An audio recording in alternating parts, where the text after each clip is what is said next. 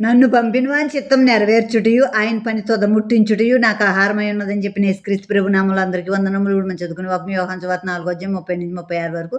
వారు ఊర్లో నుండి బయలుదేరి ఆయన వద్దకు వచ్చుచుండ్రి.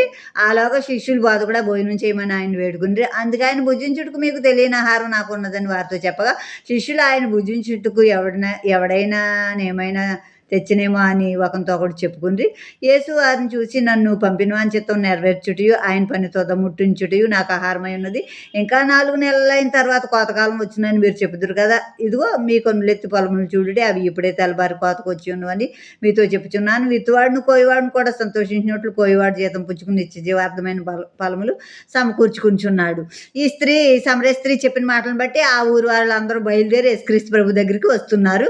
ఈలోగా ఈ శిష్యులు భోజన పదార్థాలు తెచ్చారు కదా, బోధ కూడా భోజనం చేయని యేసుక్రీస్తు ప్రభుని వేడుకుంటున్నారు. అప్పుడు యేసుక్రీస్తు ప్రభు అన్నారు, భుజించడానికి మీకు తెలియని ఆహారం నాకు ఉన్నది అని చెప్పినప్పుడు శిష్యులు అనుకుంటున్నారు, అయితే ఎవరో మనం లేనప్పుడు మనం ఆహారం తేవటానికి వెళ్ళినప్పుడు ఎవరో భోజనం తెచ్చి పెట్టుంటారు, ఈయనకి తినేసినట్టున్నారు అని అనుకుంటున్నారు. వాళ్ళు అనుకున్నప్పుడు యేసుక్రీస్తు ప్రభు అన్నారు, నన్ను పంపిన వాని చిత్తం నెరవేర్చుడి, ఆయన పని తుదముట్టించుడి నాకు ఆహారం అయింది. కనుక మన పరలోకపు తండ్రి గారు యేసుక్రీస్తు ప్రభుని పంపిన ఆ పనే ఆయనకు ఆహారం అంటున్నారు. సిలువ మీద కూడా దప్పిగొనుచున్నాను అంటున్నారు. అంటే ఆయన తండ్రి చిత్తం సంపూర్ణంగా నెరవేర్చేశారు. ఆ సిలువపై సంపూర్ణంగా యాగమైపోయారు.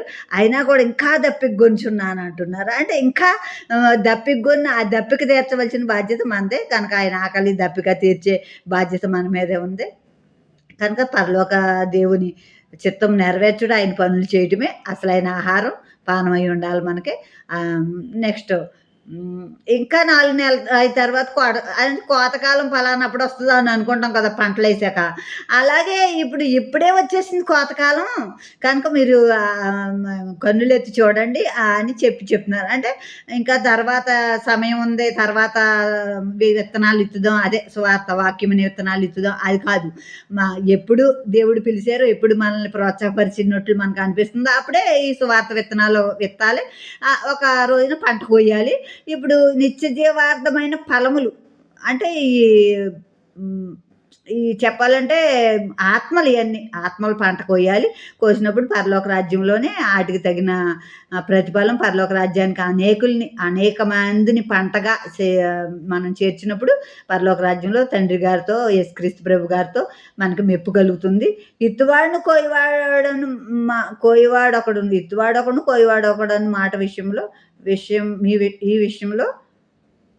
ఈ విషయంలో సత్యమే అంటున్నారు. ఇత్తువాడు ఒకడు కోయివాడు ఒకడు. కొందరేమో దేవుని సువార్త ప్రకటిస్తే, కొందరు ఆ పంటను కోస్తూ ఉంటారు.